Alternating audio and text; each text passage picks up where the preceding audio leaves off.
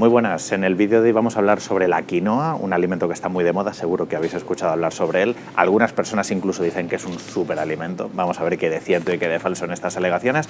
También daros algunas ideas de cómo utilizarlo en cocina y hablar de sus propiedades. Dentro vídeo. La quinoa seguro que os suena porque está recién importada y es muy común encontrarla ya en supermercados de toda Europa. Son estas semillas. Y por esto mucha gente la confunde con los cereales. Se cree que la quinoa es pues como el arroz o como la avena. Pero son semillas de una familia que no tiene nada que ver con los cereales. Por eso la llamamos pseudocereales. No os digo el nombre de la semilla porque os quedaréis alucinados, pero es la misma familia que, por ejemplo, la espinaca o la remolacha. Y es originaria de Sudamérica, sobre todo de los países que están cerquita de la cordillera de los Andes. Ecuador, Perú, Bolivia son los mayores productores. Y también se está importando en Europa. Se está empezando a cultivar incluso también en España. Todavía no es suficiente producción, pero bueno, ya se está empezando a cultivar aquí y ya sabéis que es más común, lo vemos en restaurantes, en recetas en redes sociales, en fin, que la quinoa había que hablar de ella. Se ha puesto tan de moda precisamente porque es un alimento bastante interesante. A algunas personas incluso le dicen que es un superalimento. Es cierto que se han pasado un poco, pero dentro de su familia o de la comparativa es bastante más completo.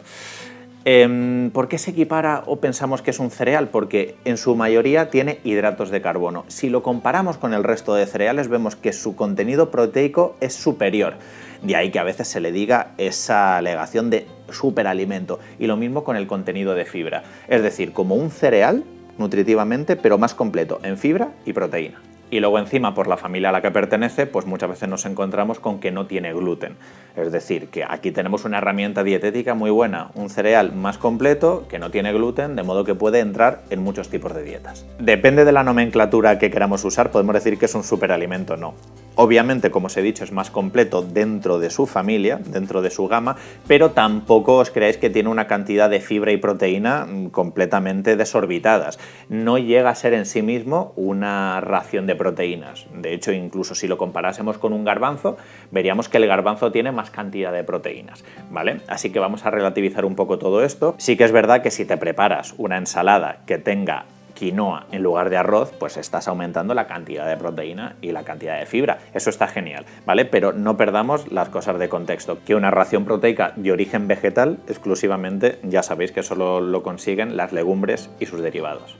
También es cierto que desde el punto de vista nutricional es un alimento que tiene menor índice glucémico que otros, que lo unimos además a la cantidad de fibra y a la cantidad de proteína, y ahí tenemos una herramienta nutricional que nos puede servir para distintos tipos de fibra. Por ejemplo, te vas a sentir con mayor saciedad después de tomarla, si lo estamos comparando, por ejemplo, con arroz. Y también debido a su composición, pues es de muy fácil digestión, con lo cual no vamos a tener esa pesadez después de las comidas. Yo creo que ahora mismo es una herramienta muy utilizada precisamente por sus propiedades nutricionales y por la facilidad de incorporarlo a nuestra gastronomía.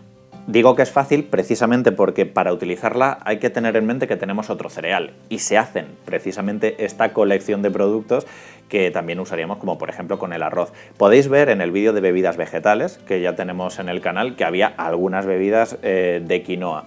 La mayoría de ellas os comentamos que mezclaban arroz y quinoa. También lo podemos encontrar en formato cereal para echar en un bol y si lo comparamos con las otras versiones y alternativas ya sabéis que es mucho menos azucarado que las que podemos encontrar. Y al igual que tortitas de arroz, pues también las hay de arroz y quinoa. Sigue siendo un producto más o menos igual. Ya sabéis que su interés es simplemente un picoteo, es algo anecdótico, tampoco sacia mucho. Hay que vigilar en nuestros productos también la cantidad de sal, ¿vale? Si queréis tomar algo entre horas, ya sabéis que lo principal es fruta y frutos secos.